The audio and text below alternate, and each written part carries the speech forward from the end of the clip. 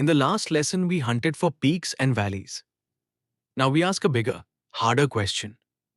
Not the best nearby, the best over an entire domain. The single lowest point a whole surface ever reaches. This is the question every learning machine is quietly trying to answer. Picture a rolling landscape in cross-section. It has several dips, each one a local minimum, the lowest point in its own little neighborhood. But only one of them is the deepest of all, the global minimum. A machine searching this landscape wants that one, gold. The danger is settling for a shallow dip nearby and never finding the true bottom. On a closed interval, life is kind. A continuous function always has a highest and a lowest value. But open the domain up to the entire real line, and that promise can break. Watch what happens to a simple cubic. Near the origin, it looks tame. A gentle hump and a gentle dip. A local maximum here, a local minimum there. If this were all there was, we'd be done. But the domain doesn't stop. Follow the curve outward. To the right, it climbs without limit, shooting up toward positive infinity. To the left, it plunges without limit, down toward negative infinity. So there is no highest point and no lowest point.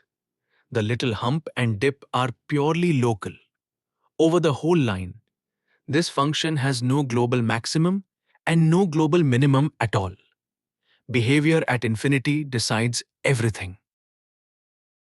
So on the whole real line, we need a new checklist because the endpoints are gone, replaced by two horizons. Here is the reliable procedure. Step 3 is the one that's brand new and the one people forget. A critical point on the line might be only a local dip. You must ask what the function does far away before you dare call anything global. One special shape makes life easy. If the function runs up to positive infinity in both directions, we call that coercive. Then it can't escape downward. A global minimum is guaranteed, sitting at the lowest critical point. A tiny picture says it all. The two arms rise forever. So somewhere between them, the curve bottoms out. The mirror story, arms diving to minus infinity, guarantees a global maximum instead. Let's run the whole procedure on a beautiful example. A quartic that dips twice. F of x equals x to the fourth minus 4x squared plus 5 over the entire real line. Differentiate. F prime is 4x cubed minus 8x, which factors as 4x times x squared minus 2. Setting that to 0 gives three critical points, x equals 0 and x equals plus or minus root 2. Now evaluate. At x equals 0, f is 5. At x equals plus or minus root 2, f is 4 minus 8 plus 5. That's 1. And it happens at both of them. And as x heads to either infinity, f climbs to positive infinity. Compare. The two root 2 points share the smallest value, 1. Those are twin global minima. The point at x equals 0, at height 5, is only a local maximum, a little bump between the wells. And because the curve runs off to infinity, there is no global maximum. And there is the famous shape, a W, a double well. Two equal valleys at height 1, a hill between them at height 5, and both walls sweeping upward forever. The two gold dots are the global minima. The blue dot on the crest is the local maximum that the machine must climb past. This little double well is the whole story of getting trapped in one picture. This raises the deepest question in the whole subject. Before you hunt for a global best, is there even one to find? The answer is a cornerstone result, the extreme value theorem. It says this: if a function is continuous on a closed and bounded interval, then it is guaranteed to attain both a global maximum and a global minimum somewhere on that interval. Two conditions and a promise. Break either condition and the guarantee evaporates. Two quick warnings side by side. On the left, an open domain. As x creeps towards 0, the function rockets up with no ceiling. No global maximum, the missing endpoint, let it escape. On the right, an unbounded domain. The arms rise forever. So again, there's no top. Continuity alone isn't enough. You truly need the domain closed and bounded, or you must check the horizons by hand, as we just did. Now lift the whole idea into 3 dimensions, because this is where it truly comes alive. Give a function to inputs, x and y, and its value becomes a height above the plane. A landscape with hills and valleys. Global optimization is simply finding the lowest point on this terrain. For this smooth single ball, the lowest basin is obvious. One global minimum, right at the bottom. How would a machine find it with no map? It feels the slope under its feet. The derivative, the gradient, points in the steepest uphill direction, so its negative points straight downhill. Step that way, over and over, and you roll to the bottom.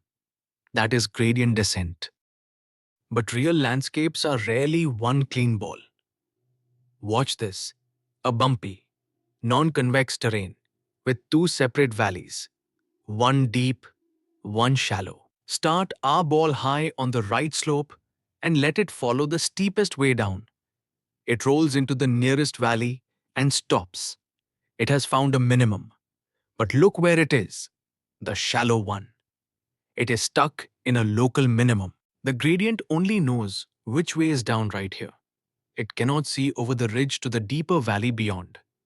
Start instead from the left, and the very same rule now carries the ball into the true global minimum.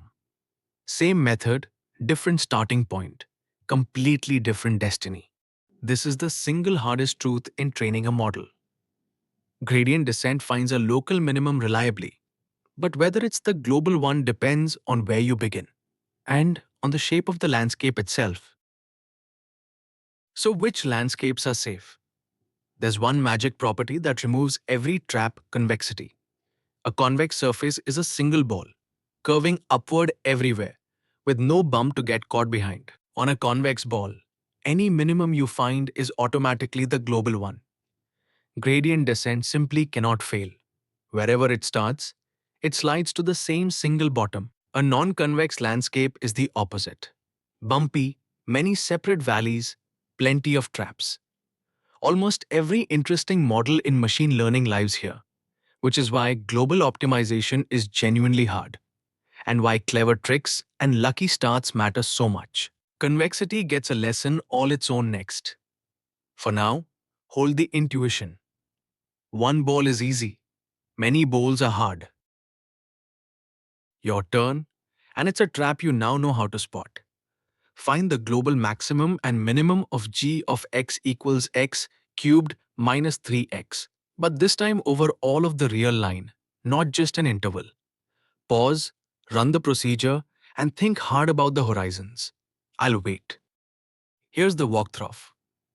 G prime is 3x squared minus 3 times x squared minus 1, 0 at x equals plus and minus 1.